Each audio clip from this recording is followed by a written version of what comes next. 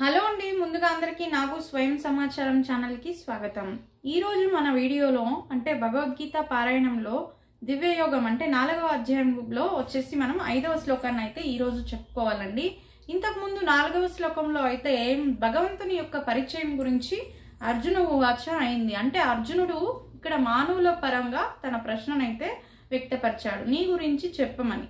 అంటే ఎవరిని? భగవంతుడిని ప్రశ్నించాడు అన్నమాట 4వ శ్లోకంలో. అయితే ఇప్పుడు ఆ ప్రశ్నకి ఈ యొక్క 5వ శ్లోకంలో భగవానుడు ఎలా ఉత్తరం ఇచ్చాడు అనేది మనం ఇక్కడ చెప్తాం. అంటే సమాధానం ఎలా చెప్పారు అనేది వచ్చేసి ఇక్కడ మనకి 5వ శ్లోకంలో చెప్పడం అయితే జరుగుతుందండి. ఇక వీడియోలోకి వెళ్లే ముందు మన ఛానల్స్ని ఇదివరకు ఎవరైనా సబ్స్క్రైబ్ చేసుకోలేదు అంటే వాళ్ళందరూ సబ్స్క్రైబ్ చేసుకోండి, నలుగురికి అయితే షేర్ చేయండి. ఎందుకంటే మంచి మంచి వీడియోస్ వస్తున్నాయి. మీరు గమనించినట్లయితే భగవద్గీత ప్రతి ఒక్క శ్లోక వివరణ మన వీడియోస్లో అందరికీ అవైలబుల్గా ఉందండి. అంటే కొందరికి శ్లోకాలు చదవచ్చు, వాటి వల్ల అర్థాలు తెలుసుకోలేకపోవచ్చు. ఇంకొందరికి అర్థాలు అయితే తెలిసి ఉండొచ్చు, చదివే టైం లేకపోవచ్చు, సమయానుకూలం వాళ్ళు చదవలేకపోవచ్చు. కాబట్టి మన వీడియోస్ని కావాలంటే వాళ్ళు ప్లే చేస్తే అర్థంతో పాటు శ్లోకాలు వినడంతో పాటు వాళ్ళకి భగవద్గీతని చదివే ఒక టైం కూడా సేవ్ అయినట్టు ఉంటుంది. కాబట్టి వినడం ద్వారా కూడా మనం యొక్క భగవంతుని యొక్క సేవనే చేస్తున్నట్టుగా ఇక్కడ చెప్పవచ్చును. కాబట్టి నలుగురికైతే షేర్ చేయడం వల్ల వాళ్ళు ఈ వీడియోస్ని వింటూ కూడా ఉండొచ్చు, చూడాలనేదే లేదండి. విన్నంత వరకే ఈ యొక్క భగవద్గీతాంశం గురించి మంచిగా వాళ్ళకైతే అర్థమైపోతుంది. కాబట్టి నలుగురికి షేర్ చేయండి, ఓకే. ఇక శ్లోక విషయానికి వస్తే 5వ శ్లోకం గురించి ఈరోజు మనం చెప్పుకుంటున్నాము. శ్రీ భగవాను ఉవాచ అంటే శ్రీకృష్ణుడు ఈ విధంగా సమాధానం ఇచ్చాడు. అర్జునుడు ఇది వరకు ప్రశ్న అడిగారు కదా, మీ గురించి మీరు చెప్పండి అనేసి, అందుకని ఇక్కడ భగవంతుడు సమాధానం అయితే ఇస్తున్నాడు. బహూని మే యతీతాని జన్మాని తవచ్చార్జున తాన్యహం వేద సర్వాణి నత్వం వేత్త పరంస్తవ. అంటే శ్రీ భగవాను ఉవాచ శ్రీ భగవానుడు పలికెను, బహూని చాలా, మే నాకు, వ్యతీతాని గడిచాయి, జన్మాని జన్మలు, తవ నీకు, చ కూడా, అర్జున ఓ అర్జున, తాన్ వాటిని, అహం నేను, వేద ఎరుగుతాను అంటే నాకు తెలుసును, తెలుసుకోగలను అని ఇక్కడ చెప్తున్నాడు. సర్వాణి అన్నింటినీ, త్వం నీవు, నా వేత్త ఎరగవు నీకు తెలియనివి కూడా. అంటే తనకు అర్జునునికి తెలియనివి కూడా ఇక్కడ భగవానుడు అయితే తెలుసుకోగలుగుతాడు కదా, దాని గురించి చెప్తున్నారు. పరంతప ఓ శత్రువులను అణిచేవాడా అంటే ఎదుటుగా ఒక ఆపోజిట్ టీం అయితే ఉంది కదా, వాళ్ళనైతే హతమార్చేది అర్జునుడే అని ఇక్కడ చెప్తున్నారు. శత్రువులను అణిచేవాడా అనేసి శ్రీకృష్ణ భగవానుడు పలికెను, ఓ పరంతప నీకు నాకు ఇద్దరికి అనేక జన్మలు గడిచాయి, అవన్నీ నాకు గుర్తున్నాయి, కానీ నీకు గుర్తులేవు. ఎందుకంటే తను ఇక్కడ మానవ రూపం కదా, అర్జునుడు అనేది ఒక రాజు కదా. ఇక్కడ భగవానుడు శ్రీకృష్ణునికి పూర్వ జ్ఞానం ఉంటుంది, ఫ్యూచర్ జ్ఞానము ఉంటుంది. కాబట్టి తను ఎల్లకాలంలో అన్ని విషయాలను నెమరేసుకుంటూ ఉంటారు, మంచిగా అన్నీ గుర్తుకుంటాయి. ఏ ఒక జన్మలో తను ఎందుకు జన్మ ఎత్తారు, ఏం చేశారు అనేది వాళ్ళకి కంటికి కట్టినట్టుగా ఉంటుంది. ఎందుకంటే తను భగవంతుడు కాబట్టి, తనే కాబట్టి అన్నిటికీ కారణమైన మూల జన్మ కారకుడే శ్రీకృష్ణుడు కాబట్టి తనకు అన్నీ తెలిసి ఉంటాయి. అదే ఇక్కడ చెప్తున్నారన్నమాట.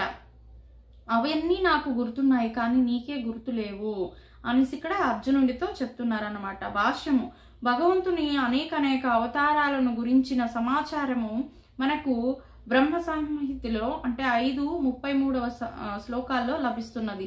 దానిలో ఇలా చెప్పబడింది: అద్వైతమచ్యుత మనాది మనంత రూపం అద్యం పురాణ పురుషం సవయౌవనం చ వేదేషు దుర్లభమాత్మా భక్తౌ గోవిందం ఆదిపురుషం తమహం భజామి. అంటే పూర్ణుడు, చ్యుతి లేనివాడు, అనాది అయిన ఆది పురుషుడు గోవిందుని అంటే శ్రీకృష్ణుని నేను భజిస్తాను.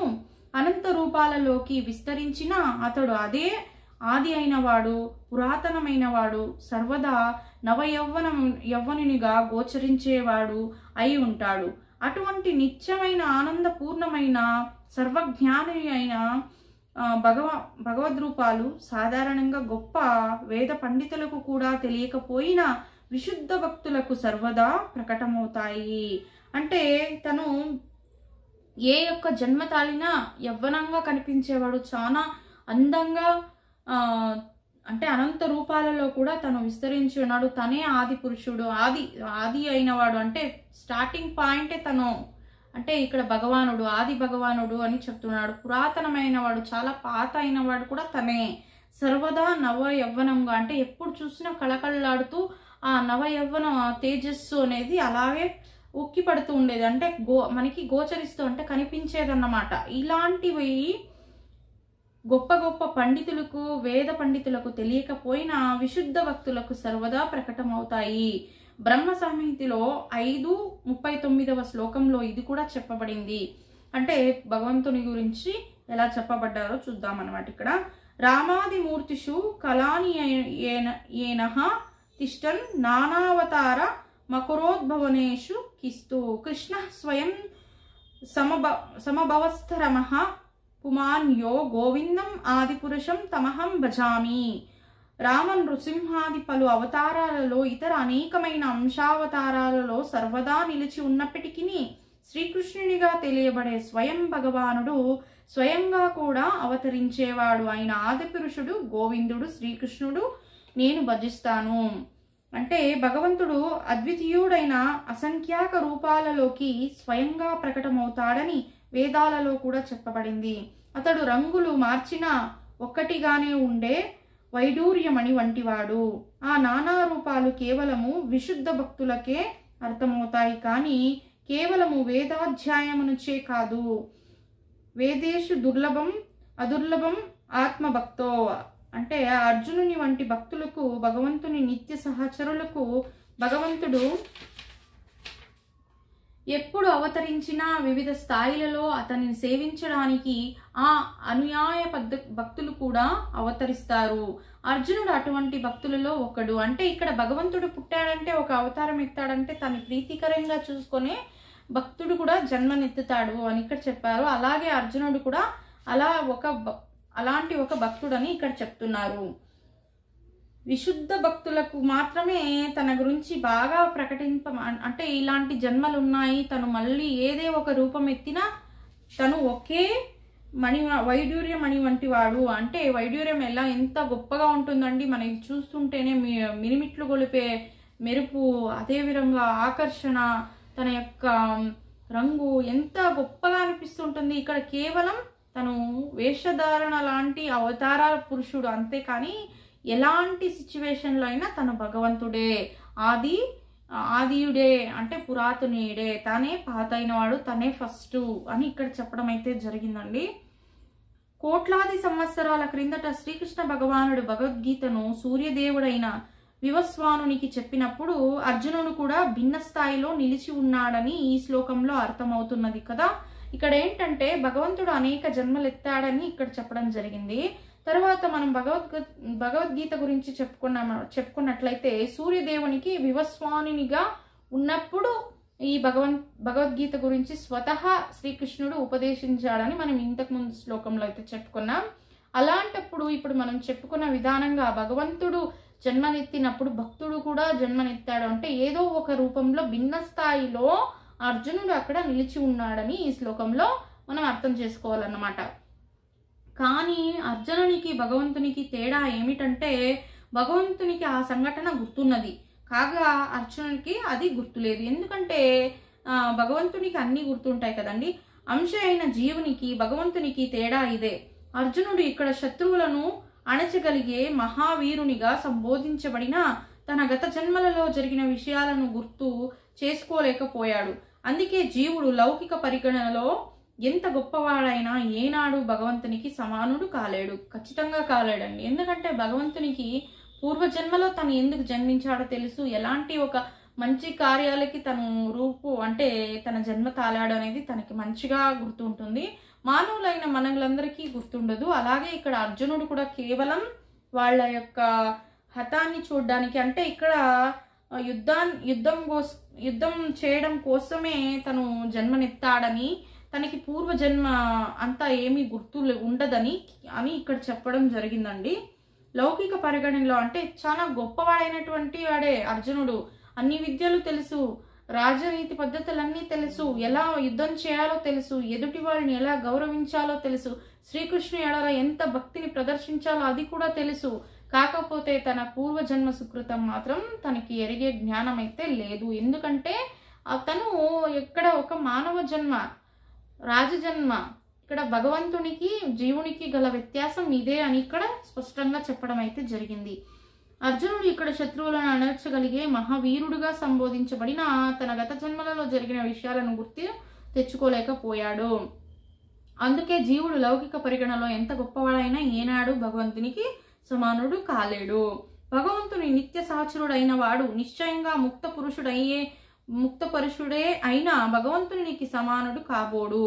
నువ్వు ఎంత గొప్ప భక్తుడైనా, నువ్వు అన్ని విషయాలు తెలుసుకున్నా, శ్రీకృష్ణుని యొక్క గొప్పతనం తెలుసుకున్న, తను ఏ యొక్క జన్మలో ఎలా ఏమేమి కర్మలు చేశారు, ఏం పుణ్యకర్మలు చేశారు, ఎలా మనకి అంటే ఒక జ్ఞానాన్ని ప్రకటించాడు అనేది నీకు అన్నీ తెలిసిన, తన ఎడల నీకు అంత గౌరవం వ్యక్తపరిచేంత రీతి విధానం అన్నీ తెలిసినప్పటికీ కూడా నువ్వైతే భగవంతునికి సమానుడు కాడు. అంటే ఇక్కడ మనము తెలుసుకోవాలి. ఇక్కడ మనం ఎంతో పండితులం అయిపోతాం, అన్నీ నాకు తెలుసు అని ఉంటారు. కాకపోతే భగవంతునికి సమానుడు ఎవ్వరూ లేడు అని ఇక్కడ అర్జునుడిని ఎగ్జాంపుల్ గా చెప్పడం జరిగింది. ఈ ఒక్క వాక్యాలని మనందరము తెలుసుకోవాలని భగవద్గీత మూలంగా ప్రతి ఒక్క చిన్న అంశమైనా పెద్ద అంశమైనా ఎలాంటి సిచ్యువేషన్ లో భగవంతుడు ఎలా ఉంటాడు, మనం ఎలా ఉంటాం, మనకు గల వ్యత్యాసాన్ని ఇక్కడ చాటి చెప్తూనే ఉన్నారు. కాబట్టి అన్నీ తెలిసినా కూడా మనం భగవంతుడం కాలేమో అనే విషయం అనేది స్పష్టం అవుతుంది. ఎవరైతే ఆ ఇన్నర్ ఫీలింగ్ లో ఉంటారు కదా, అలాంటి వాళ్ళు ముఖ్యంగా తెలుసుకోవాలన్నమాట. భగవంతుడు ఎన్నటికీ భగవంతుడే, భక్తుడు ఎప్పటికీ భక్తుడే. నువ్వు ఎంత భక్తి, దేవుని మైమరిపించే భక్తి ప్రదర్శించినా కూడా నువ్వు భక్తుడవే అని ఇక్కడ చెప్పడం జరిగింది.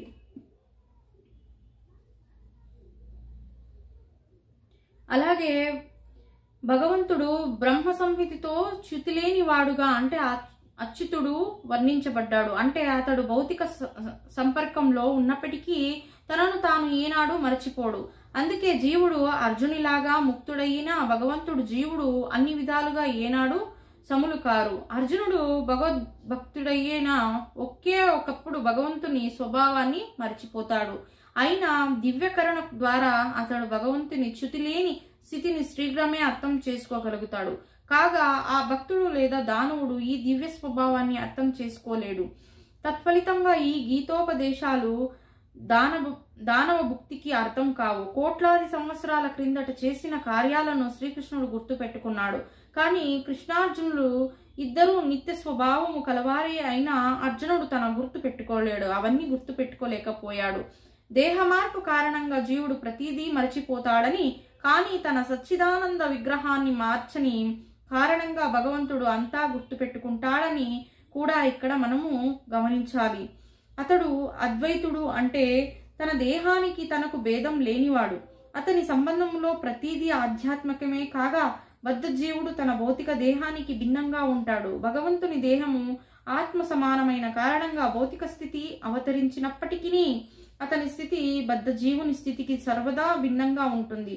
భగవంతుని ఈ దివ్య స్వభావాన్ని దానవులు అర్థం చేసుకోలేరు. తన దివ్య స్వభావాన్ని స్వయంగా భగవానుడే రాబో శ్లోకంలో వివరిస్తాడు. అంటే ఇక్కడ ఏంటంటే మనం ఇదివరకు కొన్ని శ్లోకాల్లో అయితే చెప్పుకున్నాం, శరీరానికి ఆత్మకు గల వ్యత్యాసం. శరీరమే వేరు, ఆత్మనే వేరు. ఆత్మకు భగవంతునికి చాలా దగ్గర సంబంధం ఉందని మనం ఇదివరకు అయితే చెప్పుకున్నాం. ఎవరి విషయంలో? మానవుని విషయంలో. కాకపోతే ఇక్కడ భగవంతుని విషయంలో అలా ఉండదండి, చాలా విభిన్నంగా ఉంటుంది. అంటే ఇక్కడ భగవంతుని యొక్క శరీరము తన యొక్క ఆత్మ యొక్క శరీరము దాదాపు రెండు ఒకటే, వాటి మధ్య భేదం అనేది లేదు. అదే మానవ విషయంలో అయితే శరీరమే వేరే, ఆత్మనే వేరే. ఆత్మశుద్ధి చేసుకోమంటారు కానీ శరీరానికి నాశనం అనేది ఉంది, ఆత్మకు నాశనం అయితే లేదు అని కూడా స్పష్టంగా చెప్పడం జరిగింది. ఇది అలాంటి సిచ్యువేషనే, ఇది అదే అర్థాన్ని తెచ్చిపెడుతుంది. ఇక్కడ ఆత్మకు మనకి చావనేది లేదన్నాం, అంటే భగవంతునికి కూడా చావనేది లేదు అని మనం ఈ విషయంలో అయితే తెలుసుకోవాలి. తను ఇంకా అర్థమయ్యేలా చెప్పడం అంటే ఏంటంటే తన యొక్క శరీరానికి ఆత్మకు కూడా ఎలాంటి విభేదం లేదు, రెండు ఒకటే, రెండు ఆధ్యాత్మిక వైపుగా నడిచే ఒక తత్వాన్నే కలిగి ఉంటాయి, అలాంటి స్థితినే కలిగి ఉంటుంది. డిఫరెన్స్ అయితే చాలా ఉండదు, అసలు డిఫరెన్స్ లేదు తన శరీరానికి కానీ ఆత్మకు కానీ డిఫరెన్స్ లేదు ఎవరి విషయంలో, భగవంతుని విషయంలో. మనం ఈ విషయం పట్ల చాలా క్లారిటీగా ఉండాలండి. ఇప్పుడు మన శరీరానికైతే మనం ఇప్పుడు ఈ జన్మ విడిచి ఇంకో జన్మ ఎత్తినామనుకోండి, గత జన్మ గురించి అన్ని మర్చిపోయే అవకాశాలు మనకుంటాయి. ఎందుకంటే మనకి అంత ఆధ్యాత్మికత కలిగిన మనం ఎన్ని విషయాలు సంగ్రహించినా కానీ అంతటి గొప్ప వాళ్ళైతే మనం కాలేము, అంటే భగవంతుడైతే కాలేము. కాకపోతే భగవంతునికి కొన్ని సంవత్సరాలు, కొన్ని కోట్ల సంవత్సరాల క్రిందటి తన జన్మ గురించి కూడా తనకి గొప్పగా అలాంటి సిచ్యువేషన్లో ఏం చేశారనేది కూడా తనకి మంచిగా గుర్తుంటుంది, అన్ని చెప్పగలుగుతారు. ఇంకా మనం ముందు ముందు శ్లోకాల్లో భగవంతుడు తన గురించి ఏమేమి చెప్పుకున్నారో కూడా మనం చెప్పుకోబోతున్నాం అన్నమాట. ఇక ఇదేనండి వాటి వీడియో. రేపటి వీడియోలో అయితే భగవంతుడు తన గొప్పతనం గురించి, అంటే ఆధ్యాత్మిక వైపుగా తన గురించి తను ఎలా చెప్పుకున్నాడు అనేది ముందుగా ఇంకా నెక్స్ట్ వచ్చే శ్లోకంలో 6వ శ్లోకంలో అయితే మనం చెప్పుకుందాం. ఇది వరకు మన ఛానల్ని ఎవరైతే సబ్స్క్రైబ్ చేసుకోలేదో వాళ్ళందరూ సబ్స్క్రైబ్ చేసుకొని నలుగురికి అయితే షేర్ చేయండి. Thank you for watching.